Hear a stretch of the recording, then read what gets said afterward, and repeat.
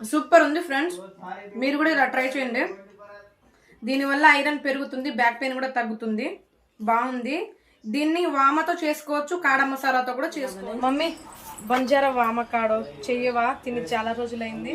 చేద్దాం. సరే, నెయ్యి వేసుకుందాం.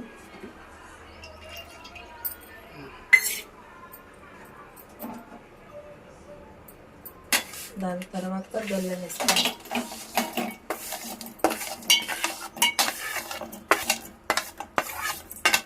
వరకు వేడి నీళ్ళు పెట్టుకోవాలి. రాసి దీంట్లో కొంచెం నీళ్ళు వేసుకోవాలి.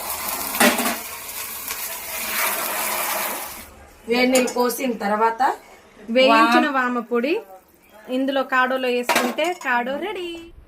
కాడో రెడీ అయిపోయింది.